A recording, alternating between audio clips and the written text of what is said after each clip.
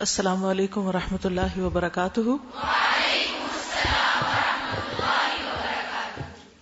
نحمده ونصلی علی رسولہ الکریم، اما بعد فاعوذ باللہ من الشیطان الرجیم، بسم اللہ الرحمن الرحیم، رب اشرح لی صدری ویسر لی امری واحلل عقدۃ من لسانی یفقهوا۔ کل کے لیسن کے حوالے سے صحیح الادب المفرد کی ایک حدیث ابو ہریرہ سے روایت ہے کہ مرض بخار نبی صلی اللہ علیہ وسلم کی خدمت میں آیا اور عرض کیا، بخار خود آیا، آپ مجھے اپنے گھر کے ان افراد کی طرف بھیج دیں جو آپ کو زیادہ محبوب ہیں، جو زیادہ پیارا ہے اس کی طرف بھیج دیں۔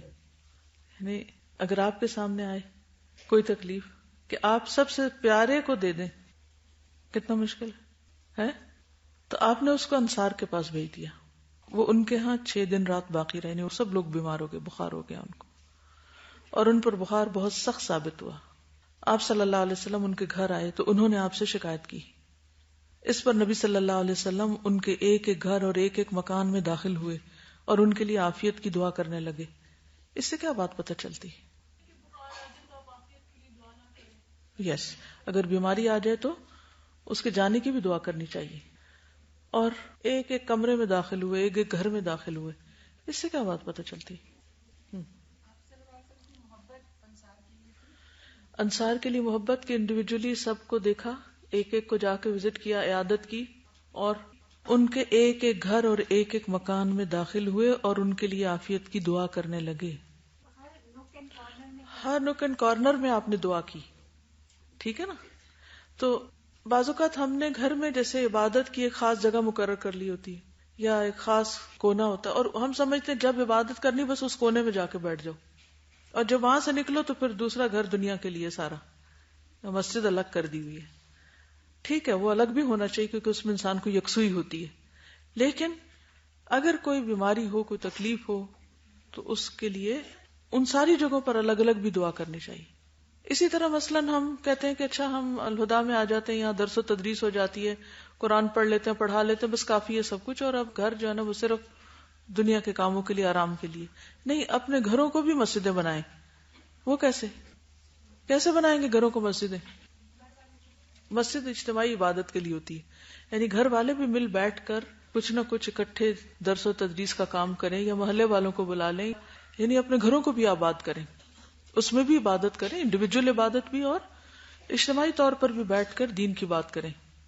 میرے سسر نے ایک دفعہ مجھے بتایا کہ ان کے پاس ایک شخص آیا کسی اور علاقے سے، دوسرے شہر سے، تو بہت ہی پریشان حال تھا۔ وہ کہنے لگا کہ اچانک ہمارے جانور مرنے لگ گئے ہیں، یعنی وہ ان کے کھیت تھے اور جانور وغیرہ انہوں نے رکھے ہوئے تھے، کہ اچانک وہ مرنے لگ گئے ہیں اور ہم بہت پریشان ہیں، اور ہماری کھیتیاں جیسے جلنے لگ گئی ہیں اور معلوم نہیں کیا ہو گیا۔ تو ہمیں کسی نے بتایا ہے کہ آپ سے جا کے مشورہ کریں۔ تو انہوں نے کہا اچھا مجھے ساتھ لے چلو۔ وہ خود وہاں گئے۔ تو وہ کہتے ہیں کہ میں نے پوچھا کہ کہاں سے کہاں تک حد ہے تمہارے کھیت کی؟ تو انہوں نے مجھے بتایا، تو میں نے ایک کونے سے شروع کر کے چاروں کل آیت الکرسی سورۃ فاتحہ یہ پڑھنا شروع کر دی۔ میں چلتا گیا ساری باؤنڈری وال کے آس پاس ان کے پڑھنا شروع کیا۔ تو جو ان کے جانور بیمار تھے یا اور جو ایک وحشت کی فیلنگ تھی وہ آہستہ آہستہ ڈیزالو ہوتی گئی۔ تو بعض اوقات ایسا بھی ہوتا ہے نا کہ جیسے سارے گھر والے بیمار پڑ جاتے ہیں، ہوتا ہے نا کبھی کبھی، سب کے ہاں کچھ نہ کچھ ایسا کبھی ہوا ہوگا۔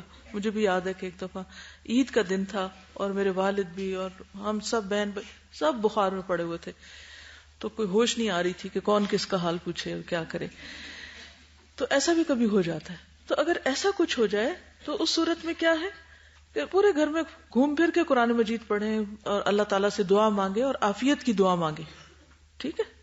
آپ صلی اللہ علیہ وسلم جب لوٹ رہے تھے تو ایک عورت پیچھے آئی، ٹھیک ہے، یعنی ایک عورت آپ کے پیچھے آ گئی۔ اس نے عرض کیا، اس ذات کی قسم جس نے آپ کو حق کے ساتھ بھیجا ہے، میں انصار میں سے ہوں اور میرے والد بھی انصار میں سے ہیں، جیسے آپ نے انصار کے لیے دعا کی ہے میرے لیے بھی دعا کیجیے۔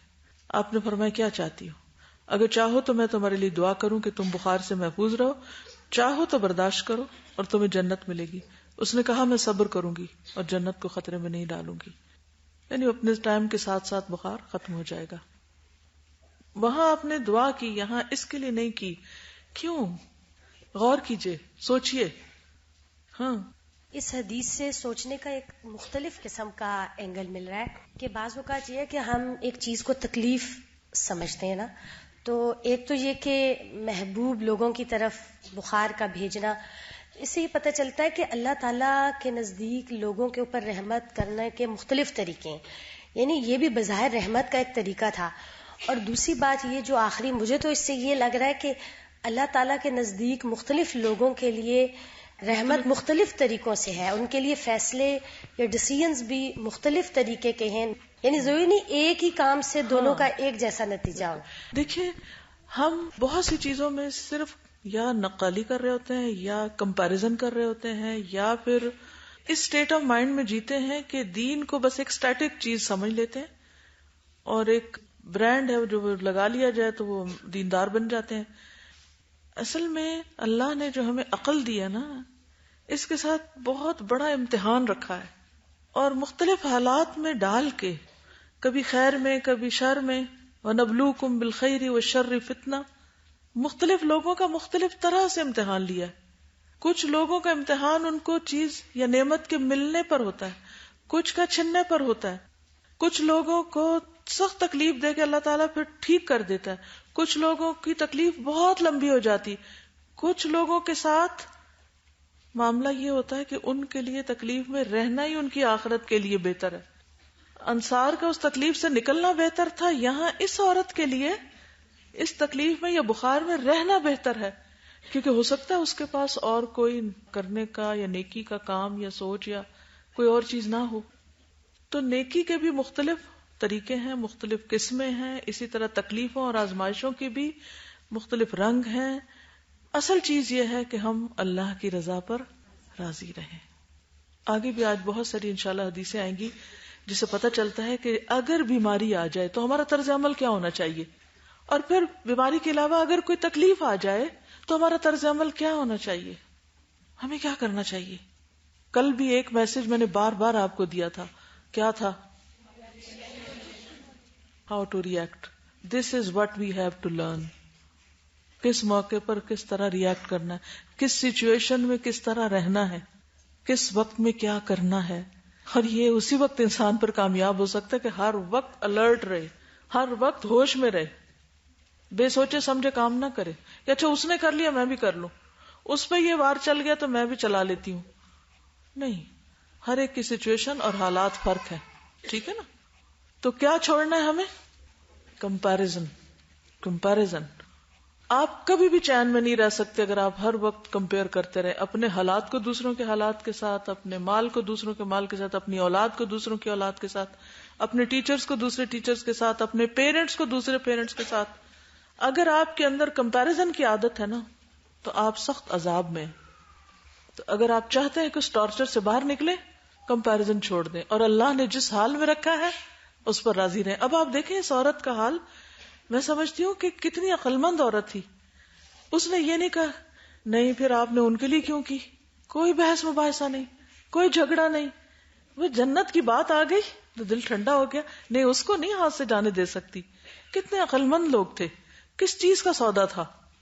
ہم پیٹی چیزوں کے اوپر جھگڑے شروع کر دیتے ہیں، اسی لیے ہم پھر طرح طرح کی بیماریوں میں مبتلا رہتے ہیں، نفسیاتی اور روحانی بیماریوں میں. جسمانی بیماری پھر کم ہوتی ہے، کم درجے کی، اور روحانی زیادہ انٹینس ہوتی ہیں جو انسان کو کہیں کبھی نہیں چھوڑتی.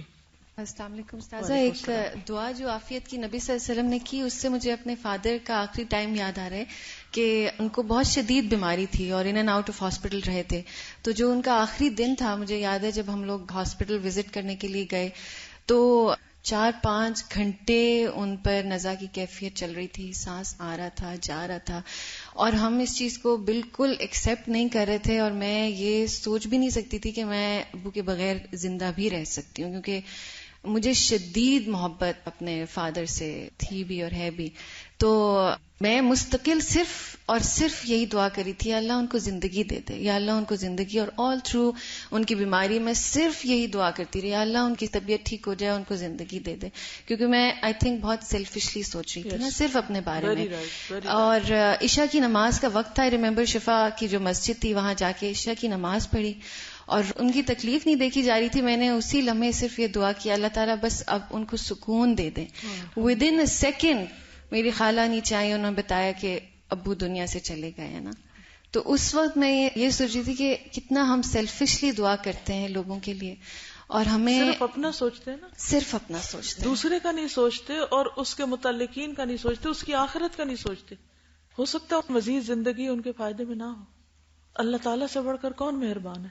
ہم محبت کرتے ہیں لیکن اللہ کی محبت ہماری محبت سے بڑھ کر ہے اپنے بندوں کے ساتھ. ہم محبت کرتے ہیں ایک ماں کی طرح نا, اور اللہ 70 گنا زیادہ کرتا ہے, تو اس کے فیصلے زیادہ بہتر ہے نا. اور ضروری نہیں ہوتا کہ جس سے محبت ہو صرف اس کے ساتھ محبت ہی کی بات کی جائے, کبھی اس کے ساتھ تأدیب کی بات بھی کی جائے تو وہ اس کے لیے زیادہ فائدہ مند ہوتی ہے. جو ماں باپ محبت میں اپنے بچوں کو صرف لاڈ دیتے ہیں, پیمپرنگ کرتے رہتے ہیں ان کی, وہ کیا کرتے ہیں, بگاڑ دیتے ہیں ان کو. اور جو ماں باپ اعتدال رکھتے ہیں, محبت بھی دیتے ہیں لیکن ساتھ اس کے ادب بھی سکھاتے ہیں, وہ اصل میں خیر خواہ ہوتے ہیں. نبی صلی اللہ علیہ وسلم جن سے سب سے زیادہ محبت کرتے تھے ان کو ایک ٹیسٹ میں ڈال رہے ہیں بخار بھیج کے, تاکہ ان کی صفائی ہو جائے, پہلے سے بہتر ہو جائے. یہ تأدیب ہے, ایک طرح سے ادب سکھانا ہے.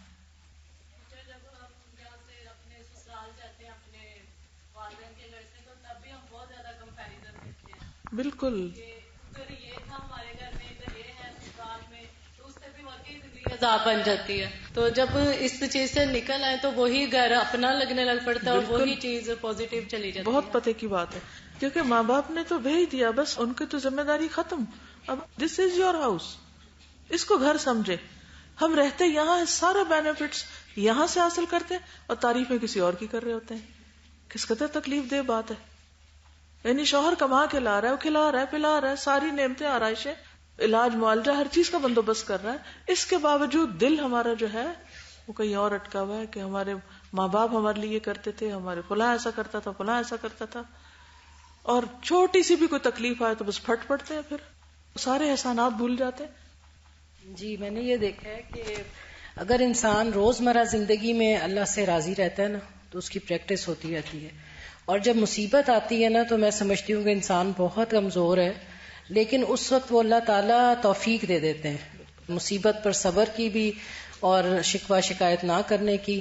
تو یہ اس کی جو پچھلی پریکٹس ہوتی ہے اس کے نتیجے میں وہ توفیق آتی ہے. بالکل, پھر اس کا ایمان قائم رہتا ہے, اس کے حواس قائم رہتے ہیں, اس کے عمل میں فرق نہیں پڑتا, وہ اپنی نیکی کرنے کی جو روٹین ہے اس میں بھی خلل نہیں آنے دیتا. حت البصا, اللہ یہ کہ بالکل ہی اس کے ہاتھ سے چیزیں آؤٹ ہو جائیں. استاذہ یہی کمپیریزن ہمارا یہاں پہ ہاسٹل میں بھی ہوتا ہے. ہم جب یہاں پہ رہتے ہیں تو ہم کہتے ہیں گھر میں ایسا تھا اور یہاں پہ ایسا ہے, اور پھر ہم اپنی زندگی کو اپنے لیے خود مشکل بنا رہے ہوتے ہیں. بالکل, جو یہاں مل رہا ہوتا ہے وہ گھر میں تو نہیں ملتا نا, اسی لیے یہاں آئے نا. اس کو تو مینشن ہی نہیں کرتے کہ ہمیں یہاں کیا مل رہا ہے, نعمتوں پہ بالکل نظر نہیں ہوتی, اس کا شکرانہ بھی نہیں ہوتا. لہٰذا اللہ تعالیٰ ایسے لوگوں سے نعمت لے بھی لیتا ہے. پھر جو لوگ بہت زیادہ کمپلینٹ کرتے ہیں نا, پھر ایک وقت آتا ہے کہ اللہ تعالیٰ کہتا ہے واپس جاؤ, جاؤ وہیں خوش رہو. جی, بچوں میں کمپیریزن, یس. اس کی وجہ سے جو وہ تھوڑا سا کم ناٹ دیٹ ویل بچہ ہوتا ہے, اس کو جو دوسرا بھائی بہن ہے اس سے نفرت ہونے لگتی ہے, اپنے موم ڈیڈ سے نفرت ہونے لگتی ہے, ان سے دور بھاگنے لگتا ہے. تو یہ بھی بہت بری بات ہے. بالکل, کیونکہ ہر ایک کی اپنی ایک خوبی ہے. یہی میرا جینا میرا مرنا کلاس میں ایک شخص کا واقعہ آپ نے بتایا تھا جس نے یہ کہا تھا کہ ہر روز میں خوش ہوتا ہوں کیونکہ ہر روز میری مرضی کی بات ہوتی ہے, کیونکہ جو اللہ سبحانہ تعالیٰ میرے لیے پلان کرتے ہیں میں سمجھتا ہوں کہ وہی میری مرضی ہے اور میں اس میں خوش ہو جاتا ہوں. یہ مجھے اتنی اچھی لگی بات کہ میں ہر روز الحمدللہ اس کو پریکٹس کرتی ہوں. اور جب کبھی کوئی زیادہ دکھ کی بات ہوتی ہے تو جو ایک بالکل کنٹرول سے باہر چیز ہوتی ہے, کبھی آنسو نکلتے ہیں, کبھی دکھ ہوتا ہے, وہ اپنی جگہ پہ ہوتا ہے, لیکن اس کے بعد اللہ سبحانہ تعالیٰ اتنا صبر اور حوصلہ دیتے ہیں. اور میں نے یہ دیکھا ہے کہ اس سے بڑی حکمت ملتی ہے انسان کو کہ اتنا سوچا سمجھا ری ایکشن ہوتا ہے کیونکہ آپ اللہ کی حدود کے اندر رہ کے بات کرتے ہیں. اور اس میں آپ دیکھیے کہ جو دل کا اطمینان ہے, اور پوری دنیا کی دولت بھی خرچ کر دیں تو وہ آپ نہیں پا سکتے, لیکن وہ ملتا ہے تقدیر پر راضی ہونے سے, اللہ کے فیصلوں کو قبول کرنے سے, کوشش کے بعد اگر حالات نہیں بدلتے تو ان کو ایکسپٹ کرنے سے. جب ہم کمپیریزن کرتے ہیں نا، اس میں ایک اور بہت بڑا نقصان یہ ہوتا ہے کہ ہم اندر ہی اندر نا دل ہی دل میں اپنے آپ کو نا سپیریئر بھی سمجھنے لگ جاتے ہیں، مطلب کسی بھی لحاظ سے نا، اور پھر وہ ظاہر ہے اور زیادہ برائی کی طرف پھر بہت ساری چیزوں میں ہو جاتا ہے. وَمَمَاتِي لِلَّهِ رَبِّ الْعَالَمِينَ، للہ، میرا سب کچھ اللہ کے لیے، میری زندگی اللہ کے لیے، خود میرے اپنے لیے بھی نہیں اور کسی اور کے لیے بھی نہیں. میری زندگی کسی کے نام نہیں سوائے اللہ کے. کیونکہ اصل فریڈم یہی ہے کہ انسان اپنی خواہشات کے کیج یا پنجرے سے بھی باہر نکل آئے اور اللہ کا بن کے جیے. بعض اوقات ہم لوگوں سے تو کسی طرح آزاد ہو ہی جاتے ہیں، لیکن کہاں آپ پھنستے؟ اپنی خواہشات، شہوات، ڈیزائرز. مجھے یہ چاہیے، میں اس کے بغیر نہیں جی سکتا.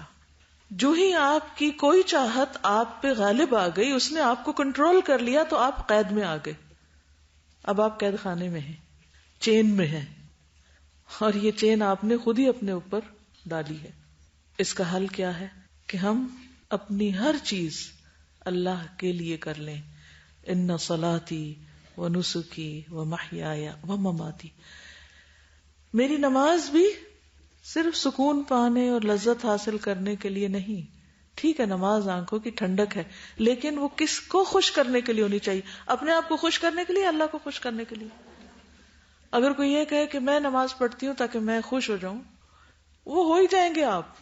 وہ تو قرۃ عین ہے، آنکھوں کی ٹھنڈک ہے. نبی صلی اللہ علیہ وسلم نے فرمایا تھا نا کہ میرے لیے نماز میں آنکھوں کی ٹھنڈک رکھ دی گئی. لیکن نماز آپ پڑھیں گے کس کے لیے؟ ان صلاتی للہ رب العالمین و نسکی. آپ مال خرچ کرتے ہیں، آپ کسی کی خدمت کرتے ہیں، آپ کسی کے کام آتے ہیں.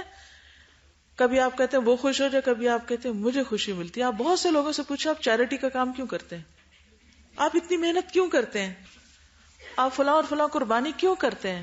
کیا کہتے ہیں لوگ؟ مجھے اس سے خوشی حاصل ہوتی ہے. وہ اچھی بات ہے، لیکن دس از ناٹ انف. کیا کرنا چاہیے؟ للہ نسکی، میری قربانی. کوئی بھی قربانی کرے، کوئی بھی سیکریفائس کرے، صرف نفس کی لذت کے لیے نہیں کرے. وہ جب آپ نے اللہ کو خوش کر دیا تو کیا اللہ آپ کو خوش نہیں کرے گا؟ سوچئے، اگر آپ نے اللہ کو خوش کر دیا، اللہ کو راضی کر دیا، اللہ آپ کو راضی کر دے گا. رضی اللہ عنہم ورضوا عنہ، اللہ ان سے راضی ہو گیا اور وہ اللہ سے راضی ہو گئے. تو اصل چیز کیا ہے؟ اللہ کی رضا اور ہر غلامی سے آزاد ہو کر جینا، حتیٰ کہ اپنی ذات کی غلامی سے، اپنے نفس کی غلامی سے، اپنی خواہشات کی غلامی سے. غیر اللہ میں ہر چیز آ جاتی. غیر اللہ کے لیے جینا قید میں جینا ہے، کیج میں رہنا ہے، کیو میں رہنا ہے، تکلیف میں رہنا ہے، بے بسی میں رہنا ہے اور کچھ نہ کر سکنا ہے.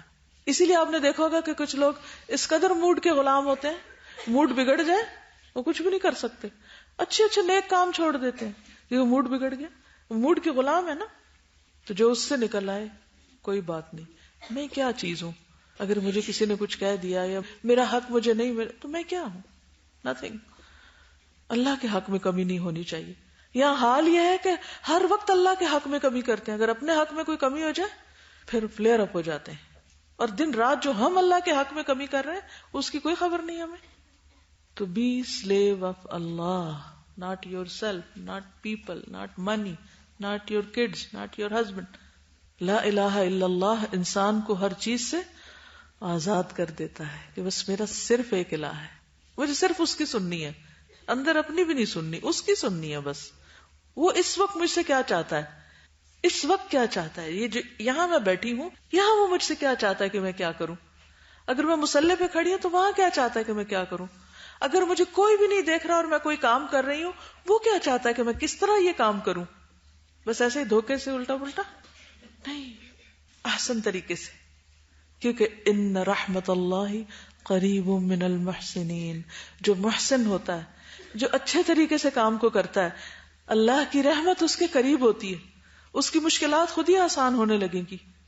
شکوے شکایتیں کرنے کی بجائے محسن بن جائیے، ہر چیز کے اندر بہتری لائیے، لوگوں کے دباؤ سے نہیں، لوگوں کے ڈر سے نہیں، اللہ کی خاطر. پھر آپ دیکھیے آپ کے دل کی حالت کیا ہوتی ہے. جتنا جتنا اللہ کو پہچانتے جائیں گے اتنا اتنا دل کے اندر سرور اور خوشی پیدا ہوتی جائے گی. اور یہی دراصل دنیا میں جنت ہے. دنیا کی جنت دل کی راحت ہے, دل کا سکون ہے. باہر کے حالات اتنے میٹر نہیں کرتے. اصل چیز یہ کہ ہاؤ ڈو یو فیل, اندر کیا ہے آپ کے. اگر ہر چیز بھی اچھی ہو جائے اور اندر اچھا نہیں تو کیا فائدہ. اور وہ کیوں اچھا نہیں, ذرا پیچھے چلے جائیے. کس چیز نے اس کو بگاڑا, کیوں بگڑا؟ خواہش نفس نے.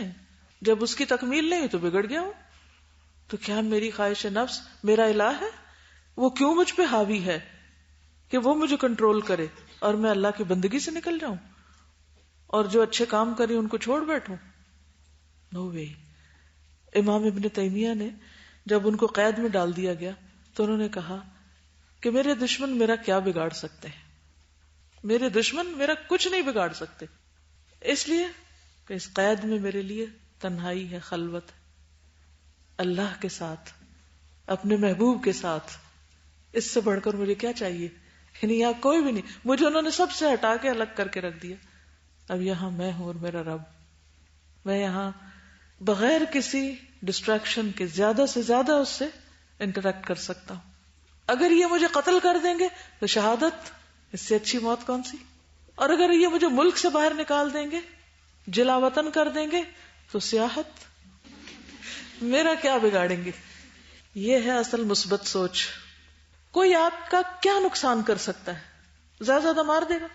اگر کوئی آپ سے کچھ چھین بھی لیتا ہے, کوئی مال و دولت چھین لیتا ہے, تو کیا اللہ نے ایک ایک ذرہ گن نہیں رکھا؟ ہر چیز گن رکھی ہے اس نے. کیا وہ لوٹائے گا نہیں؟ وہ ضرور لوٹائے گا. یقین مانیے دنیا میں کوئی آپ کا کچھ بگاڑ نہیں سکتا. اصل میں ہم اپنے آپ کے خود ہی دشمن ہیں. ہمیں اپنی اصلاح چاہیے. جی استاذہ, میں نے ایک بزرگ کا قول پڑھا کسی کتاب میں. ان سے کسی نے پوچھا کہ مومن کون ہوتا ہے, تو انہوں نے ایک بڑی خوبصورت بات کہی کہ مومن وہ ہے جو صاحب حال ہے, یعنی جو جس حال میں پریزنٹ ہے اس کو بہت اچھا گزارے. جو اس کا گزر چکا ہے اس پہ اس کا اختیار نہیں, اور جو آنے والا ہے اس پر بھی اس کا اختیار نہیں. تو صاحب حال اصل میں مومن ہے. آپ کو پتہ ہے کہ اس وقت دنیا میں بیسٹ سیلر بک کون سی ہے؟ The power of now. Millions of copies اس کی بک چکی ہیں. پاور آف ناؤ, یعنی اس وقت کو اچھا کر لو. یعنی جہاں رہ رہے, مثلا آپ ہاسٹل میں رہ رہے ہیں, یا آپ اس وقت کلاس میں قید ہیں, یا آپ کہیں پر بھی بارش میں سٹک ہو گئے, گاڑی رک گئی کہیں وغیرہ وغیرہ, کوئی مسئلہ پیش آ گیا. اب کیا کریں گے؟ کچھ لوگوں نے ہر وقت بے چین ہونے کا گر سیکھ رکھا ہے. کوئی انہیں بہانہ چاہیے پریشان ہونے کا, اسی میں ان کی راحت ہے شاید.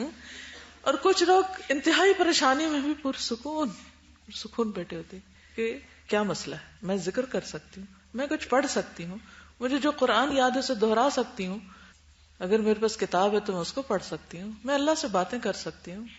کیا مسئلہ ہے؟ کوئی مسئلہ نہیں.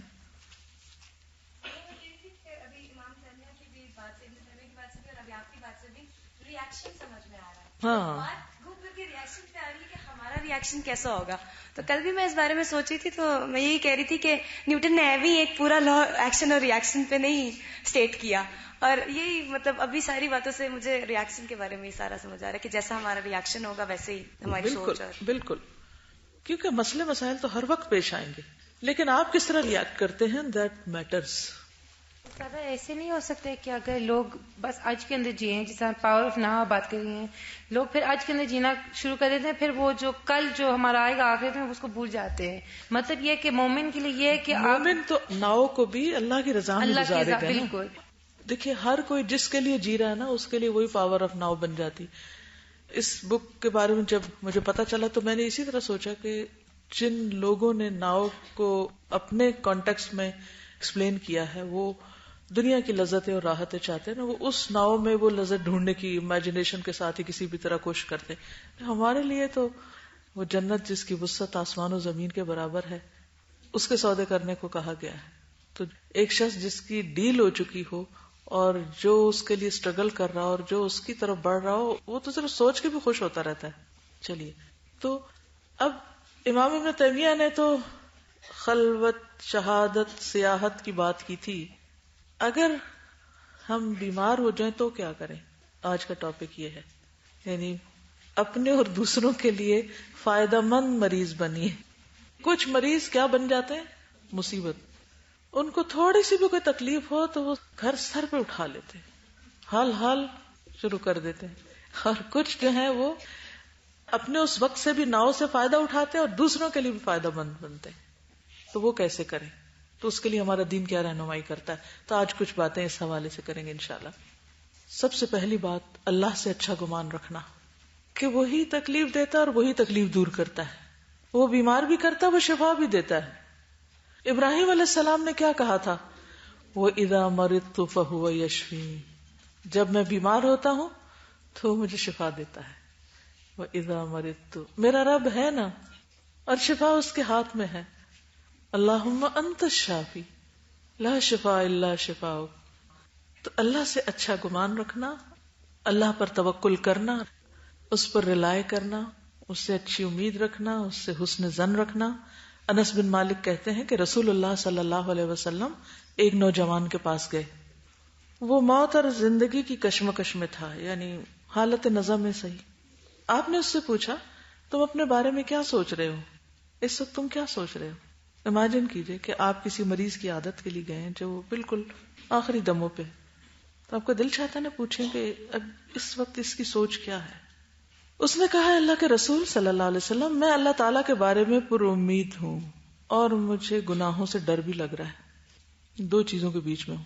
رسول اللہ صلی اللہ علیہ وسلم نے فرمایا جس آدمی کے دل میں اس وقت یعنی نزع کے وقت یہ دو چیزیں یعنی خوف اور امید ہوں، یہ دو چیزیں جمع ہو جائیں، یعنی ایک طرف ڈر بھی لگے اور ایک طرف اچھی امید بھی ہو، تو جس چیز کی اسے امید ہوتی ہے اللہ تعالیٰ وہ عطا کر دیتا ہے، اور جس چیز کا ڈر ہوتا ہے اللہ تعالیٰ اس سے امن دے دیتا ہے. یعنی اللہ تعالیٰ بندے پر مہربان ہے، لہذا ہمیں اچھی امید ضرور رکھنی چاہیے. ڈر بھی قدرتی بات ہے، وہ سب ڈر بھی لگ رہا ہوتا ہے پتہ نہیں کیا بنے گا. ایسا نہ ہو کہ سارے اعمال بربادی ہو گئے، اٹھیں جب پتہ چلے کہ جی صاف ہے سب کچھ، جو ساتھ کرتے تھے اور ساتھ ضائع بھی کرتے تھے. کیونکہ منفی سوچ کا نقصان یہ ہوتا ہے کہ انسان جو اس کے دل میں برا خیال آتا ہے اسے اپنے تک نہیں رکھتا، وہ اسے دوسرے پہ انڈیلتا ہے، کسی نہ کسی سے غیبت کرتا ہے. وہ اگر ہاں میں ہاں ملا دے تو اور نوٹ لگ جاتی ہے اور پکا ہو جاتا ہے. اب اصلاح کے چانسز اور دور ہو جاتے ہیں، مشکل ہو جاتے ہیں، تعلقات اور خراب ہو جاتے ہیں، فاصلے اور بڑھ جاتے ہیں. کیونکہ پہلے ایک منفی ذہن تھا، اب دو مل گئے، اب وہ دو خوب روز کھچڑی پکاتے ہیں مل کے. تو نقصان کیا ہوا؟ ایک تو عمل برباد، دوسرے حالات میں کوئی درستگی نہیں آتی، کبھی بھی اصلاح نہیں ہوتی ایسے. اس لیے انسان کو اللہ تعالی سے اچھا گمان رکھنا چاہیے کہ میں اپنے گناہوں سے بھی ڈرتا ہوں اور مجھے امید ہے کہ میرا رب بہت ہی مہربان اور رحیم ہے. تو اچھا مریض کیا کرتا ہے؟ اچھے گمان رکھتا ہے، مایوس نہیں ہوتا. یونس بن میسرہ بن حلبس کہتے ہیں ہم یزید بن اسود کے پاس گئے اور وہاں واصلہ بھی پہنچ گئے. جب یزید نے ان کو دیکھا تو اپنا ہاتھ بڑھا کر ان کا ہاتھ پکڑ لیا اور اسے اپنے چہرے اور سینے پر اس لیے پھیرا کہ انہوں نے اس ہاتھ سے رسول اللہ صلی اللہ علیہ وسلم کی بیعت کی تھی. انہوں نے کہا یزید اپنے رب کے بارے میں کیا گمان ہے، یعنی سب بیمار ہو کیا سوچ رہے ہو؟ اس نے کہا اچھا گمان رکھتا ہوں. انہوں نے کہا خوش ہو جاؤ، میں نے رسول اللہ صلی اللہ علیہ وسلم کو یہ فرماتے ہوئے سنا تھا کہ بے شک اللہ تعالیٰ فرماتا ہے میں اپنے بندے کے ساتھ اس کے گمان کے مطابق ہوتا ہوں. اچھے گمان کے بدلے میں معاملہ بھی اچھا اور برے گمان کے بدلے میں معاملہ بھی برا. اللہ کے بارے میں اچھا گمان کیا ہوتا ہے؟ جو ابھی ذکر ہوا کہ میرا رب شفا دے گا، وَإِذَا مَرِضْتُ فَهُوَ يَشْفِينِ، وہ اچھا کر دے گا، اس میں بھی خیر ہے. اور برا گمان کیا ہوتا ہے؟ وائی می، میرے ساتھ یہ کیوں ہو گیا، یہ ہونا نہیں چاہیے تھا. جی ہاں، مایوسی یہ برا گمان ہے. لا تقنطوا من رحمت اللہ.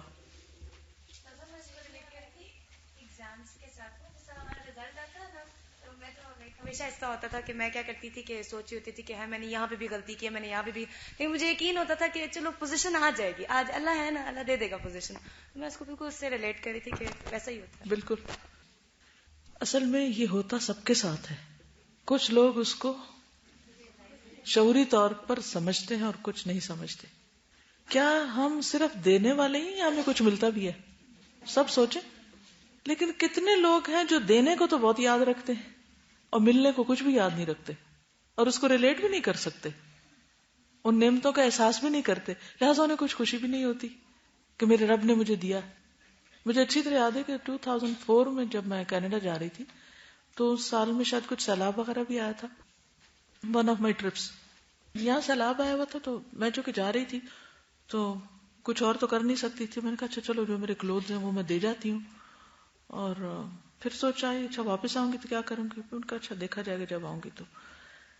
آپ یقین کریں کہ جب ہماری فلائٹ وہاں پر لینڈ کرتی ہے اور جو ہماری ہوسٹ تھیں انہوں نے صرف اپنے اندازے سے میرے لیے 3-4 سوٹ سلوا کے وارڈ روم میں ہینگ کیے ہوئے تھے, اور میں دیکھ کے حیران ہو گئی کہ میں نے کہا یہ کیا, ان کو تو میرا سائز بھی نہیں صحیح پتا تھا, اور بہترین کپڑا بالکل نیو. میں اپنے پرانے دیکھ کے سوچ رہی ہوں کہ میرا کیا بنے گا, اور اللہ تعالیٰ کہتے ہیں دیکھو. تو کبھی بھی یہ سوچنا بھی نہیں چاہیے کہ میرا کیا بنے گا. جس رب نے یہ دیا وہ رب پھر دے دے گا. اس کے خزانے کہیں ختم ہوتے, اس کے خزانے کہیں بھی ختم نہیں ہوتے. ہمارے دل چھوٹے ہیں کہ ہم سمجھتے ہیں ہم اپنے لیے زیادہ بہتر پلان کر سکتے ہیں, حالانکہ اللہ از دا بیسٹ پلانر. مریض کو سب سے پہلے کیا کرنا چاہیے؟ اچھا گمان رکھنا چاہیے. نمبر 2, عافیت کی دعا مانگنی چاہیے. حضرت علی سے مروی ہے, ایک مرتبہ نبی صلی اللہ علیہ وسلم کا میرے پاس سے گزر ہوا. میں اس وقت بیمار تھا اور دعا کر رہا تھا کہ اے اللہ, اگر میری موت کا وقت قریب آ گیا ہے تو مجھے اس بیماری سے راحت عطا فرما اور مجھے اپنے پاس بلا لے. اگر اس میں دیر ہے, یعنی ابھی میری موت نہیں آنے والی, تو شفا عطا فرما دے, اور اگر یہ کوئی آزمائش ہے میری تو مجھے صبر عطا فرما دے. یعنی اگر ابھی فوری شفا نہیں ہو سکتی اور کسی امتحان کی وجہ سے بیماری آئی ہوئی ہے تو پھر مجھے صبر دے دے. نبی صلی اللہ علیہ وسلم نے فرمایا تم کیا کہہ رہے ہو, کیا مانگ رہے ہو؟ تو وہ کہتے ہیں میں نے اپنی بات پھر دہرا دی کہ میں نے یہ مانگا ہے. کیا موت قریب ہے تو بس پھر راحت دے دے, جیسے آپ نے کہا نا سکون دے دے. اگر نہیں تو شفا دے دے, اور اگر یہ امتحان ہے اور اس نے ابھی سٹے کرنا ہے کچھ دن تو صبر دے دے, اسے نبھانے کی توفیق دے دے مجھے. تو انہوں نے کہا کہ کیا کہہ رہے ہو؟ میں نے اپنی بات دہرا دی. نبی صلی اللہ علیہ وسلم نے مجھ پر ہاتھ پھیر کر دعا فرمائی, اے اللہ اسے عافیت اور شفا عطا فرما. علی رضی اللہ تعالیٰ عنہ کہتے ہیں اس کے بعد مجھے وہ تکلیف کبھی نہیں ہوئی. وہ ہم دعا بھی مانگتے ہیں نا کہ اذهب البأس رب الناس واشف انت الشافی اشف شفاء لا یغادر السقما, ایسی شفا کہ جس کے بعد بیماری رہے ہی نہ, کبھی پلٹ کے بھی نہ آئے. تو اللہ سبحانہ وتعالیٰ سے شفا کی دعائیں بیماری میں مانگتے رہنا چاہیے. ٹھیک ہے. پھر یہ کہ بد دعائیں نہیں کرنی چاہیے اس وقت. رسول اللہ صلی اللہ علیہ وسلم نے فرمایا اپنے آپ کو بد دعا نہ دو, خود کو بھی نہیں. یہ نہ کہو میں مر جاؤں, یہ نہیں کہنا چاہیے. اپنی اولاد کو بد دعا نہ دو, اپنے خادموں کو بد دعا نہ دو, اور اپنے مال کو بد دعا نہ دو, اپنے اموال کو بد دعا نہ دو کہ مال برباد ہو یا کچھ بھی. ایسا نہ ہو کہ وہ اللہ کی طرف سے عطا اور قبولیت کی گھڑی ہو کہ ادھر تم کوئی بد دعا کرو اور اللہ تعالیٰ اسے تمہارے لیے قبول کر لے. منہ سے برے لفظ نہ نکالو. تو مریض کو مایوسی کی باتیں نہیں کرنی چاہیے, برے لفظ منہ سے نہیں نکالنے چاہیے. پھر کیا منہ سے نکالنا چاہیے, کیا بولنا چاہیے؟ اچھی بات یا خاموشی یا پھر اللہ کا ذکر, اللہ کے ذکر کی کثرت, کیونکہ لیٹ کے اور تو کچھ کرنے کا نہیں, تو پھر اللہ کو یاد کرتے رہیں. نبی صلی اللہ علیہ وسلم نے فرمایا جو شخص لا الہ الا اللہ واللہ اکبر کہتا ہے تو اللہ تعالیٰ اس کی تصدیق کرتا ہے اور فرماتا ہے کہ میرے سوا کوئی معبود نہیں اور میں سب سے بڑا ہوں. یعنی جب بندہ کہتا ہے لا الہ الا اللہ تو اللہ تعالیٰ فرماتے ہیں کہ ہاں واقعی میرے سوا کوئی معبود نہیں. اور جو شخص لا الہ الا اللہ وحدہ کہتا ہے تو اللہ تعالیٰ فرماتا ہے میرے علاوہ کوئی معبود نہیں, میں اکیلا ہوں. اور جو شخص کہتا ہے لا الہ الا اللہ وحدہ لا شریک لہ, اب آپ دیکھیں تھوڑا ایک ایک لفظ بڑھتا جا رہا ہے, تو اللہ تعالیٰ فرماتا ہے میرے سوا کوئی معبود نہیں, میں اکیلا ہوں, میرا کوئی شریک نہیں. جب بندہ کہتا ہے لا الہ الا اللہ لہ الملک و لہ الحمد تو اللہ تعالیٰ فرماتا ہے میرے سوا کوئی معبود نہیں, بادشاہی اور تعریف میرے لیے ہے. کیونکہ بندہ کیا کہتا ہے لہ الملک و لہ الحمد, تو اللہ تعالیٰ فرماتے ہیں ہاں واقعی ایسا ہی ہے. جب بندہ کہتا ہے لا الہ الا اللہ ولا حول ولا قوت الا باللہ تو اللہ تعالیٰ فرماتا ہے میرے علاوہ کوئی معبود نہیں اور گناہ سے بچنے اور نیکی کرنے کی قوت صرف میری ہی طرف سے ہے. نبی صلی اللہ علیہ وسلم فرمایا کرتے تھے جو شخص بیماری میں یہ کلمات پڑھے اور پھر مر جائے تو اسے آگ نہیں کھائے گی. تو بیمار کو اس ذکر کی تلقین کرنی چاہیے. کون سی؟ لا الہ الا اللہ واللہ اکبر، لا الہ الا اللہ وحدہ، لا الہ الا اللہ وحدہ لا شریک لہ، لا الہ الا اللہ لہ الملک ولہ الحمد، لا الہ الا اللہ ولا حول ولا قوۃ الا باللہ. یعنی یہ کلمات پڑھتے رہیں. ان کو لکھ کے بھی آپ لگا دیں اس کے سامنے تو اس کو یاد رہے. رسول اللہ صلی اللہ علیہ وسلم نے فرمایا جس نے یہ 5 کلمات کسی دن یا رات یا کسی مہینے میں پڑھے پھر اس دن یا اس رات یا اس مہینے میں وہ فوت ہو گیا تو اس کے گناہ معاف کر دیے جائیں گے. آپ نے اپنی انگلیوں میں یہ 5 کلمات گنے، لا الہ الا اللہ واللہ اکبر، لا الہ الا اللہ وحدہ، لا الہ الا اللہ وحدہ لا شریک لہ، لا الہ الا اللہ لہ الملک ولہ الحمد، لا الہ الا اللہ لا حول ولا قوۃ الا باللہ. تو یہ 5 کلمات اگر کوئی کسی دن یا رات کو پڑھتا ہے اور اس میں فوت ہو جاتا ہے تو وہ آگ سے نجات پا جاتا ہے، اس کے گناہ معاف کر دیے جاتے ہیں. پھر استغفار اور توبہ کرنا. رسول اللہ صلی اللہ علیہ وسلم نے فرمایا اللہ تعالیٰ بندے کی توبہ نزع کی کیفیت طاری ہونے سے پہلے تک قبول فرماتا ہے. پھر ملنے والے اجر سے باخبر ہونا کہ اس وقت میرے اجر میں اضافہ ہو رہا ہے. آپ میں سے کسی کو کوئی ایسی تکلیف ہے جو اسے ہر وقت ہوتی ہو؟ جی آپ کو کیا ہوتا ہے؟ ہر وقت ہوتی ہے؟ ہر وقت. اچھا، اسی طرح لیگ میں پین ہوتی رہتی ہے. ہاں، کنٹینیوس سر میں درد ہوتا ہے. ٹھیک ہے.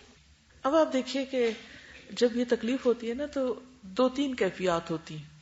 ایک یہ ہوتا ہے کہ میرے ساتھ ہی کیوں ہوتا ہے اور تو کسی کو نہیں ہوتا، اور انسان اور تنگ ہو اور پھر اللہ سے ناراض ہو، صبر نہ کرے یا ہر وقت دوسروں کو کہتا رہے درد ہے درد ہے وغیرہ وغیرہ.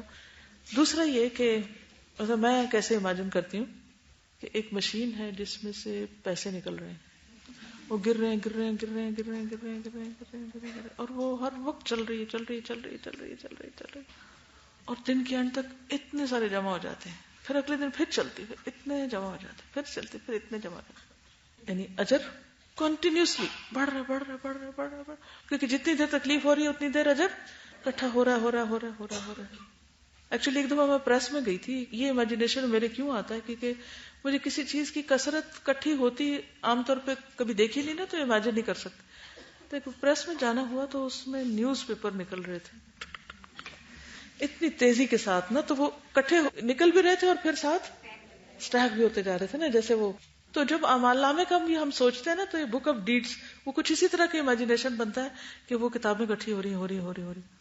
تو آپ سوچئے کہ جس شخص کو بھی کوئی تکلیف مستقل طور پر ہے اور وہ اس پر صبر کرتا ہے اور اس پر راضی ہے اور اللہ کا شکر ادا کرتا ہے تو اس کے لیے اجر اسی طرح جمع ہوتا جاتا ہے. ایک چیز یہ. دوسری کیا آپ سوچ سکتے ہیں؟ گناہوں کا جھڑنا. جیسے درخت ہے اور خزاں کا موسم ہے، گرتے جا رہے ہیں. آپ نے ٹرو خزاں نہیں دیکھی ہوگی کبھی، پاکستان میں نہیں نظر آتی. کینیڈا میں ریئل خزاں جسے خزاں کہتے ہیں وہ ہوتی ہے جب پتے خوب گرتے اتنے کے نیچے رنگین پتوں کی وجہ سے پورا سما بدل جاتے ہیں. یو کین ناٹ ایکسپلین کہ وہ کیا منظر ہوتا ہے. خزاں کے قریب کچھ پتے پرپل ہو جاتے ہیں، کچھ پنک ہو جاتے ہیں، کچھ یلو ہو جاتے ہیں، کچھ گرینش سے ڈفرینٹ کلر کے. بہار سے بھی زیادہ خوبصورت موسم لگتا ہے وہ جب وہ ہر چیز رنگین ہو جاتی ہے. اور اس کے بعد انہوں نے گرنا ہوتا ہے، کہتے ہیں نا جوبن آتا ہے، پھر اس کے بعد زوال آتا ہے. اور پھر جب وہ گرتے ہیں نا تو گرنے کے بعد بھی وہ سب کلر اسی طرح نیچے بھی دکھائی دینے لگتے ہیں، کچھ اوپر ہوتے ہیں کچھ نیچے ہوتے ہیں. ایسا رنگین منظر میں نے کہیں نہیں دیکھا. تو اب آپ دیکھیں کہ وہ جب گر رہے ہیں اب صاف ہوتے جا رہے ہیں اور پھر جب سب پتے گر چکتے ہیں تو بالکل وہ خالی سا درخت ہوتا ہے نا، ہلکا سا، اور جتنا ہیوی ہوتا ہے وہ بالکل ہلکا ہو جاتا ہے. تو اسی طرح ہم ہر روز گناہوں کے بوجھ لاتے ہیں تو اللہ سبحانہ وتعالیٰ نے ہماری صفائی کا انتظام کر رکھا ہے. کچھ نہ کچھ تکلیف پہنچتی رہتی ہے اور وہ ہلکے ہوتے جاتے ہیں. جب آپ یہ امیجن کریں گے تو آپ خوش رہنا سیکھ جائیں گے. پھر بیماری آپ کا موڈ نہیں بگاڑے گی اور آپ ایسے منہ بنا کے نہیں رہیں گے، بلکہ آپ کو خیال آئے گا کہ تکلیف ہو رہی ہے، تھوڑی دیر کے لیے اس کی طرف دھیان جائے گا، پھر آپ او اخباریں گرنے کا منظر. تو جب آپ اچھا گمان رکھتے ہیں تو آپ کی بڑی سے بڑی تکلیف بھی ہلکی ہو جاتی. نبی صلی اللہ علیہ وسلم نے فرمایا لوگوں میں سے جس آدمی کو بھی جسمانی طور پر کوئی تکلیف پہنچتی ہے تو اللہ اس کے محافظ فرشتوں کو حکم دیتا ہے, حفظہ ہے نا ہمارے آس پاس محافظ فرشتے, کہ میرا بندہ خیر کے جتنے بھی کام کرتا ہے وہ ہر دن رات لکھتے رہو جب تک کہ وہ میری قید میں روکا ہوا ہے. جب تک بیمار ہے نہیں کر پا رہا کچھ, لکھتے جاؤ. پھر ایک اور چیز, انبیاء کے مصائب کو یاد کرنا. انبیاء کے مصائب میں سے نمبر 1 نبی صلی اللہ علیہ وسلم. آپ نے فرمایا جس مومن کو کوئی مصیبت پہنچے اسے چاہیے کہ وہ پہنچنے والی مصیبت کا غم ہلکا کرنے کے لیے میری وفات کی وجہ سے پہنچنے والی مصیبت کو یاد کر لے, کیونکہ میری امت کے کسی فرد کو میری وفات کی مصیبت سے بڑھ کر کوئی مصیبت نہیں پہنچ سکتی. سب سے بڑی مصیبت کیا ہے؟ وحی کا رک جانا. اللہ کے رسول صلی اللہ علیہ وسلم آخری پیغمبر کا دنیا سے چلے جانا, یہ ہمارا سب سے بڑا غم اور سب سے زیادہ رونے کی بات ہونی چاہیے. تو جب اور کوئی فوت ہو تو اس وقت کس کا فوت ہونا یاد کر لیں؟ اللہ کے رسول صلی اللہ علیہ وسلم کا. لیکن اس وقت وہی یاد کرے گا اور اپنے غم کو بھول جائے گا جس کو اللہ کے رسول صلی اللہ علیہ وسلم سے اپنے والدین, اپنی اولاد اور اپنے سب پیاروں سے بڑھ کے پیار ہوگا, جو کہ ایمان کا تقاضا ہے. اگر ہمیں اللہ کے رسول صلی اللہ علیہ وسلم سے زیادہ محبت ہے باقی ہر ایک سے, تو قدرتی طور پر کسی کی وفات کے وقت بھی فوراً کیا یاد آئے گا؟ اللہ کے رسول کی وفات. اپنی مصیبت ہلکی لگے گی, یہ بڑا نقصان ہے, یہ وہ بڑا نقصان تھا. لیکن ہم اس طرح نہیں سوچتے نا, ہماری سوچ پھر ہم اسی پہ روتے رہتے. تو چھوٹی مصیبت کے وقت بڑی مصیبت یاد کر لیں, اپنی مصیبت ہلکی ہو جائے گی. ایکچولی یہ بات اس وقت سمجھ آتی ہے, یہ نیکسٹ لیول کی بات ہے نا, ڈیپر نالج ہے, اور عام حالات میں سمجھ نہیں آ سکتی, کیونکہ ہم حضور صلی اللہ علیہ وسلم سے محبت کی باتیں بھی نہ صرف زبانی کر رہے, لپ سروس کر رہے ہوتے ہیں. حقیقت میں محبت نہیں ہے اس طرح کی کہ آپ کی وفات پہ ہمیں رونا آئے, یہ سوچ کے ہمارا دل کٹنے لگے. پھر بیماری کو برا بھلا نہ کہنا. ایک اور کام یہ کرنا ہے, بیماری کو برا بھلا نہیں کہنا. ابن عباس کہتے ہیں کہ نبی صلی اللہ علیہ وسلم ایک اعرابی کی عیادت کے لیے تشریف لے گئے. نبی صلی اللہ علیہ وسلم جب بھی کسی مریض کی عیادت کے لیے تشریف لے جاتے تو فرماتے کوئی حرج نہیں, کوئی بات نہیں, انشاءاللہ یہ بخار گناہوں کو دھو دے گا. تو آپ نے اس اعرابی کو بھی یہی کہہ دیا, کوئی بات نہیں, یہ بخار گناہوں کو دھو دے گا. اس پر اس نے کیا کہا؟ اس نے کہا آپ کہتے ہیں گناہوں کو دھونے والا ہے, ہرگز نہیں, یہ تو نہایت شدید قسم کا بخار ہے جو ایک بوڑھے پہ جوش مار رہا ہے, جو قبر کی زیارت کرائے بغیر نہیں چھوڑے گا. نبی صلی اللہ علیہ وسلم نے فرمایا اچھا تو پھر یوں ہی ہوگا, ٹھیک ہے پھر ایسا ہی ہوگا. کبھی برے لفظ منہ سے نہیں نکالنے چاہیے, کبھی یہ نہیں کہنا چاہیے بیماری میں مجھے لگتا ہے کہ میری یہ بیماری تو مجھے مار کے ہی چھوڑے گی. انسان جو بولتا ہے اور جو بار بار کہتا رہتا ہے وہ چیز کیا ہو جاتی ہے, وہی اس کے ساتھ ہونے لگتا ہے. اور معلوم نہیں کہ کس وقت قبولیت کی گھڑی ہے اور وہ بات جو منہ سے نکالی آپ نے وہ ویسے ہی پوری ہو جائے. ہر وقت اچھی اچھی باتیں منہ سے نکالیں. کوئی تکلیف آئے تو کہیں انشاءاللہ اس میں بھی خیر ہوگی, اس میں بھی بھلائی ہے, اس میں بھی فائدہ ہے. پھر مرض طویل ہونے پہ گھبرانا نہیں. کچھ بیماریاں ہوتی ہیں ادھر بیماری آئی ادھر چلی گئی, لیکن کچھ ایسی ہوتی ہیں وہ ٹائم لے کے ہی جاتی ہیں. بس فلو ہو جائے تو یہ نہیں ہوتا کہ ابھی فلو ہے 2 گھنٹے بعد فلو ختم ہو جائے گا. It will take time, sometime 3 days, sometime 7 days, sometime more than that, کبھی زیادہ بھی ہو جاتا ہے. تو مرض کے طویل ہونے پہ گھبرانا نہیں. قیس بن ابی حازم کہتے ہیں ہم لوگ خباب بن ارد کی عیادت کے لیے حاضر ہوئے. انہوں نے 7 مرتبہ اپنے پیٹ پر داغنے کا علاج کیا تھا. وہ کہہ رہے تھے اگر رسول اللہ صلی اللہ علیہ وسلم نے ہمیں موت کی دعا مانگنے سے منع نہ فرمایا ہوتا تو میں ضرور اس کی دعا کرتا, کیونکہ میری بیماری لمبی ہو گئی ہے, لیکن پھر بھی میں موت نہیں مانگ رہا. حارثہ بن مضرب کہتے ہیں کہ میں خباب رضی اللہ عنہ کی بیمار پرسی کے لیے حاضر ہوا اور انہوں نے اپنے جسم کو داغا ہوا تھا. انہوں نے فرمایا جتنی تکلیف مجھے ہے میں نہیں سمجھتا کہ کسی اور کو اتنی تکلیف ہوگی. اگر میں نے رسول اللہ صلی اللہ علیہ وسلم کو یہ فرماتے ہوئے نہ سنا ہوتا کہ تم میں سے کوئی شخص موت کی تمنا نہ کرے تو میں ضرور اس کی تمنا کرتا. اس سے کیا پتہ چلتا ہے, نہ موت کی تمنا کی جائے اور نہ ہی موت مانگی جائے. اللہ پر بھروسہ رکھتے ہوئے صحت کا انتظار کرنا. وَإِذَا مَرِضْتُ فَهُوَ يَشْفِينِ. وَأَيُّوبَ إِذْ نَادَى رَبَّهُ أَنِّي مَسَّنِيَ الضُّرُّ وَأَنْتَ أَرْحَمُ الرَّاحِمِينَ. کتنے سال بیمار رہے تھے ایوب علیہ السلام؟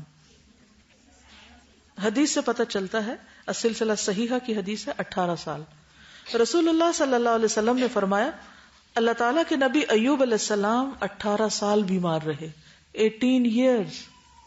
قریبی اور دور کے لوگوں نے ان کو چھوڑ دیا. البتہ ان کے 2 رشتہ دار صبح و شام ان کے پاس آتے جاتے تھے، سب چلے گئے کیونکہ تکلیف میں لوگ چھوڑ دیتے ہیں. ایک دن ایک دوسرے کو کہنے لگا کیا تو جانتا ہے اللہ کی قسم ایوب نے کوئی ایسا گناہ کیا ہے جو جہان والوں میں سے کسی نے نہیں کیا، اسی لیے ان کو ایسی بیماری لگی. جب تکلیف زیادہ ہو جائے نا یا لمبی ہو جائے تو لوگ باتیں بھی بنانے لگتے ہیں کہ ضرور اس نے کچھ کیا ہے، اس وجہ سے یہ پکڑ میں ہے. اس کے ساتھی نے کہا وہ کون سا؟ اس نے کہا دیکھو 18 سال ہو چکے ہیں، اللہ نے اس پر رحم نہیں کیا کہ اس کی بیماری دور کر دے. جب وہ شام کو ایوب علیہ السلام کے پاس آئے تو ایک نے بے صبری میں وہ بات کہہ بھی دی. یعنی بعض لوگ تو دل میں رکھتے ہیں منفی باتیں، دوسروں کے بارے میں بدگمانی کرتے رہتے ہیں، اور بعض لوگ کہہ دیتے ہیں. حضرت ایوب نے ان کا الزام سن کر کہا جو کچھ تم کہہ رہے ہو اس قسم کی کوئی بات میرے علم میں تو نہیں ہے. ہاں اتنا ضرور ہے کہ اللہ تعالیٰ جانتا ہے کہ 2 آدمیوں کے پاس سے میرا گزر ہوتا تھا، وہ آپس میں جھگڑ رہے ہوتے تھے، وہ دونوں ہی اللہ تعالیٰ کا نام لیتے تھے، یعنی اللہ کے نام کی قسمیں کھا رہے ہوتے تھے. میں گھر آتا اور ان دونوں کی طرف سے کفارہ ادا کر دیتا کہ یا اللہ تو ان کو معاف کر دے، انہوں نے تیرا نام غلط استعمال کیا ہے.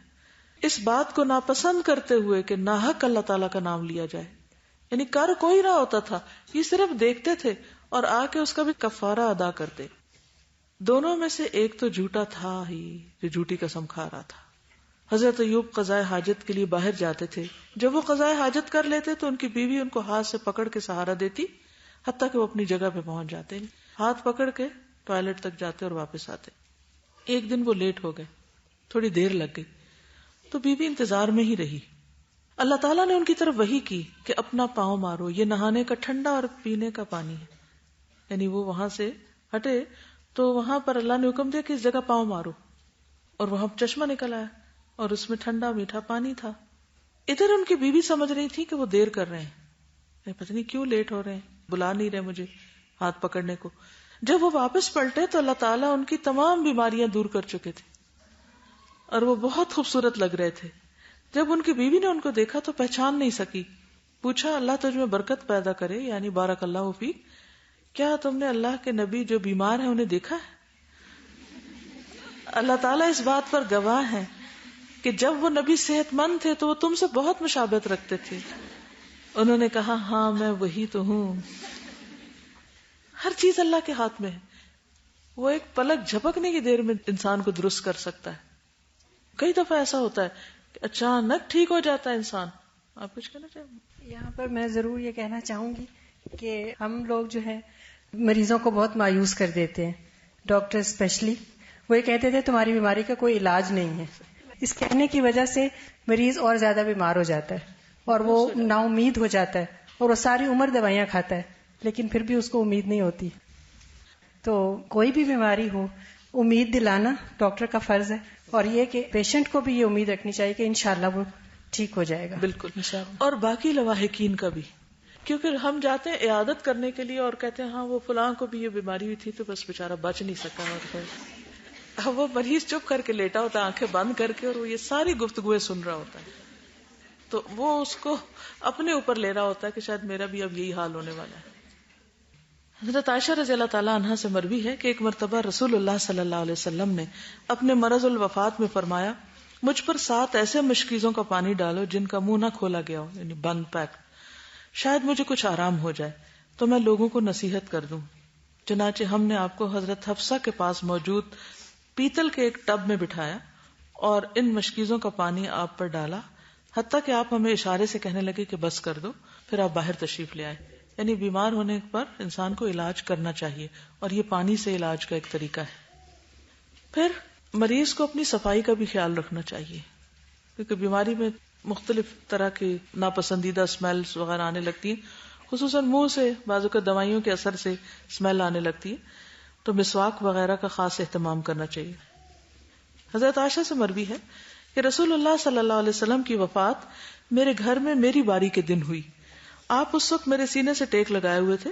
عبد الرحمن بن ابی بکر آئے تو ان کے ہاتھ میں ایک تازی ٹہنی تھی, تازہ مسواک.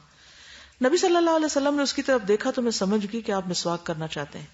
چنانچہ وہ ٹہنی میں نے ان سے لے لی. پہلے میں نے اسے چبایا, پھر صاف کر کے آپ کو دی. آپ نے اس سے مسواک کی جس طرح آپ پہلے مسواک کرتے تھے, بلکہ اس سے بھی زیادہ اچھی مسواک کی. یعنی عام روٹین میں تو انسان مسواک کرتے, لیکن بیماری میں اور زیادہ اچھی طرح مسواک. پھر بیماری ہلکی ہوتے ہی نماز کے لیے نکلنا. یعنی ایک دفعہ اگر بیمار ہو گئے اور آپ لیٹ کے نماز پڑھیں اشارے سے, یا پھر آپ بیٹھ کے پڑھ رہے ہیں, تو یہ نہیں کہ ٹھیک ہونے پر بھی آپ لیٹے ہی رہیں اور لیٹ کی نماز پڑھیں یا بیٹھ کے پڑھیں یا مسجد نہ جائیں. نہیں, جو ہی ذرا سا اچھا ہو فوراً اپنے کام پہ لوٹیں. حضرت عائشہ کہتی ہیں کہ رسول اللہ صلی اللہ علیہ وسلم نے اپنی بیماری میں حکم دیا کہ ابو بکر لوگوں کو نماز پڑھائیں. چنانچہ وہ لوگوں کو نماز پڑھانے لگے. ایک دن رسول اللہ صلی اللہ علیہ وسلم نے اپنے آپ کو ہلکا پایا تو باہر تشریف لائے. یعنی بیماری کم ہو گئی تو اب باہر تشریف لائے. اس وقت ابو بکر رضی اللہ عنہ لوگوں کو نماز پڑھا رہے تھے, لیکن جب ابو بکر نے آپ کو دیکھا تو پیچھے ہٹنا چاہا. آپ نے اشارے سے انہیں اپنی جگہ رہنے کا حکم فرمایا. پھر رسول اللہ صلی اللہ علیہ وسلم ابو بکر کے برابر ان کے پہلو میں بیٹھ گئے. بس ابو بکر رسول اللہ کی اقتداء کر رہے تھے, لوگ ابو بکر کی پیروی کر رہے تھے. یعنی آپ نے اس وقت بھی نماز پڑھائی جب تھوڑے اچھے تھے اور بیٹھے ہوئے تھے. اس سے ایک اور بات بھی پتہ چلتی, بیٹھ کے بھی پڑھائی جا سکتی. ام فضل کہتی ہیں کہ رسول اللہ صلی اللہ علیہ وسلم اپنی بیماری میں ہماری طرف تشریف لائے. آپ سر پر پٹی باندھے ہوئے تھے درد وغیرہ کی وجہ سے. چنانچہ آپ نے مغرب کی نماز میں سورت مرسلات پڑھی. اگر ہمارے سر میں درد ہو یا ہمیں بخار ہو تو ہم کون سی سورت سے نماز پڑھیں گے؟ الکوثر سے. ٹھیک ہے, تو آپ نے سورت مرسلات پڑھی. یعنی بیماری کو ایکسکیوز نہ بنا لے ہر نیک کام ختم کرنے کا, ہم تو بیمار ہیں, بلکہ اس میں بھی میکسیمم کوشش ضرور کریں, ایفرٹ لگائیں, کیونکہ اس سے آپ کا ایک فائدہ یہ ہوگا کہ بیماری سے دھیان ہٹ جائے گا, آپ اس میں مشغول ہوں گے اور ہو سکتا ہے کہ آپ کو یاد ہی نہ رہے آپ بیمار تھے. اسی طرح عبادت کے علاوہ باقی نیک کاموں میں بھی جو جو آپ کر سکتے ہیں وہ کرتے چلے جائیں. نیکی کے کاموں میں مشغول رہیں, کیونکہ وہ فراغت کا وقت بھی ہوتا ہے. اور خصوصاً ایسی بیماریاں کہ جس میں آپ باقی سب ٹھیک ہیں, جسم کو کوئی ایک حصہ بیمار ہے, مثلا کوئی ہڈی ٹوٹ گئی ہے یا کوئی اور چیز ایسی ہوگی, کوئی کٹ لگ گیا, کوئی زخم آ گیا, آپ چل پھر نہیں پا رہے, تو لیٹے لیٹے جو کچھ کر سکتے ہیں وہ کرتے رہیں. رسول اللہ صلی اللہ علیہ وسلم نے فرمایا, جس کا خاتمہ ہو اس حال میں کہ اس نے اللہ سے ثواب حاصل کرنے کی امید میں کسی مسکین کو کھانا کھلا رکھا ہو تو وہ جنت میں داخل ہوگا. جس کی زندگی کا خاتمہ ہو اس حال میں کہ اس نے اللہ سے ثواب حاصل کرنے کی امید میں روزہ رکھا ہو تو وہ جنت میں داخل ہوگا. اور جس کا اختتام اس صورت میں ہو کہ اس نے اللہ سے ثواب کی امید میں لا الہ الا اللہ پڑھا ہو تو وہ بھی جنت میں داخل ہوگا. تو اس میں دو باتیں بڑی اہم ہیں کہ جس کا آخری کام مسکین کو کھانا کھلانا, یا جس کا آخری کام روزہ, جس کا آخری کام لا الہ الا اللہ پڑھنا, ذکر کرنا, تو یہ اسی صورت میں ہو سکتا ہے جب انسان بیماری میں بھی, مشکل میں بھی نیکی کے کام کرتا چلا جائے جب تک ممکن ہو. جب چھٹ جائے تو چھٹ جائے, وہ الگ بات, پھر فرشتے آپ کے لیے لکھنے لگیں گے.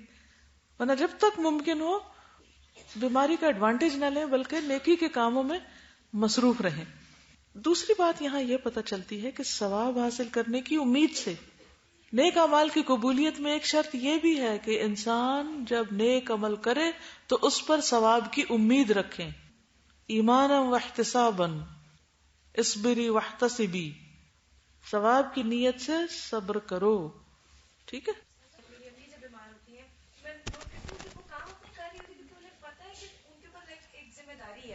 ہم جب تک اپنے اوپر باؤنڈ نہیں خود کو کریں گے کہ ہم نے بیماری میں بھی یہ کام کرنے, تو ہم وہ کر ہی نہیں سکیں گے. ہم ایزی لے لیتے ہیں اس لیے ہم وہ کام نہیں کرتے, جبکہ جو پتا ہو کرنے ہیں وہ ہم کر بھی لیتے ہیں. تھوڑی سی کوئی تکلیف ہوگی چھٹی کر لیں گے, وہ کیا ہوا, میری طبیعت ٹھیک نہیں تھی, حالانکہ کچھ نہ کچھ پش کرتے اپنے آپ کو تو کر ہی لیتے. خود نہ کرنے پر دوسروں سے نیکی کے کاموں میں تعاون کرنا. اگر آپ خود نہیں کر سکتے, کوئی اور کر رہا ہے تو اس کو ہیلپ کر دیں, اچھا مشورہ ہی دے دیں. انس بن مالک بیان کرتے ہیں کہ قبیلہ اسلم کا ایک نوجوان رسول اللہ صلی اللہ علیہ وسلم کی خدمت میں آیا. کہا, اے اللہ کے رسول, میں جہاد کے لیے جانا چاہتا ہوں, مگر تیاری کے لیے میرے پاس کوئی مال نہیں ہے, کچھ نہیں مگر جانا چاہتا ہوں. آپ نے فرمایا, فلاں انصاری کے پاس چلے جاؤ, اس نے تیاری کر رکھی تھی مگر بیمار ہو گیا. تو اسے کہو کہ رسول اللہ صلی اللہ علیہ وسلم سلام کہتے ہیں اور فرماتے ہیں کہ جو سامان سفر تم نے تیار کر رکھا تھا وہ مجھے دے دو. نہیں تم بیمار ہو وہ مجھے دے دو. چنانچہ وہ ان کے پاس گیا اور آپ کا پیغام دیا تو اس نے اپنی بیوی سے کہا اے فلاں جو سامان تو نے میرے لیے تیار کیا تھا وہ اس شخص کے حوالے کر دے اور اس میں سے کچھ بھی نہ رکھنا. اللہ کی قسم اگر تو نے اس میں سے کوئی چیز رکھ لی تو اللہ اس میں برکت نہیں دے گا, کیونکہ وہ میں نے اس نیت سے رکھا تھا کہ اللہ کے راستے میں دوں گا. تو میں بیمار ہو گیا, میں نہیں جا سکا تو کوئی اور چلا جائے. مثلا آپ نے حج کا ارادہ کیا ہوا تھا, ایک بیمار ہو گئے, وہ پیسے جمع کیے ہوئے تھے اور کوئی پتہ نہیں کہ آئندہ سال جا سکے یا نہ جا سکے, تو کسی اور کو بھیج دیں. کوئی بھی کام ایسا کہ جو آپ نے سوچا تھا کرنے کو اگر آپ نہیں کر پا رہے تو کسی اور کو دے دیں, وہ کر لے. پھر قرض وغیرہ چکانا, وصیت کرنا, یعنی انسان ویسے تو صحت کی حالت میں بھی کرے لیکن بیماری میں اور فکر کرے. ابو امامہ بن سہل کہتے ہیں کہ ایک دن میں اور عروہ بن زبیر حضرت عائشہ کی خدمت میں حاضر ہوئے. انہوں نے فرمایا کاش تم دونوں نے اس دن نبی صلی اللہ علیہ وسلم کو دیکھا ہوتا جس دن وہ بیمار ہوئے تھے. میرے پاس اس وقت نبی صلی اللہ علیہ وسلم کے 6 یا 7 دینار پڑے ہوئے تھے. آپ نے مجھے حکم دیا کہ میں انہیں تقسیم کر دوں, صدقہ کر دوں, لیکن مجھے آپ کی بیماری کی وجہ سے فرصت نہ ملی. حتیٰ کہ آپ تندرست ہو گئے. مجھ سے ان کے بارے میں پوچھا کہ ان دیناروں کا کیا ہوا. میں نے عرض کی اللہ کی قسم اب تک نہیں ہو سکا. کئی دفعہ ایسا ہوتا ہے نا کہ ہم سوچتے اچھا یہ دینا ہے دینا ہے دینا ہے. آپ کی بیماری نے مجھے مصروف کر دیا تھا تو آپ نے انہیں منگوایا اور اپنی ہتھیلی پر رکھ کر فرمانے لگے اللہ کے نبی کا کیا گمان ہوگا اگر وہ اللہ تعالیٰ سے اس حال میں ملے کہ یہ اس کے پاس ہوں, کہ میں اس حال میں دنیا سے نہیں جانا چاہتا کہ یہ دینار میرے گھر میں موجود ہوں. پھر شدید تکلیف میں صدقہ کرنے کی فکر کرنی چاہیے.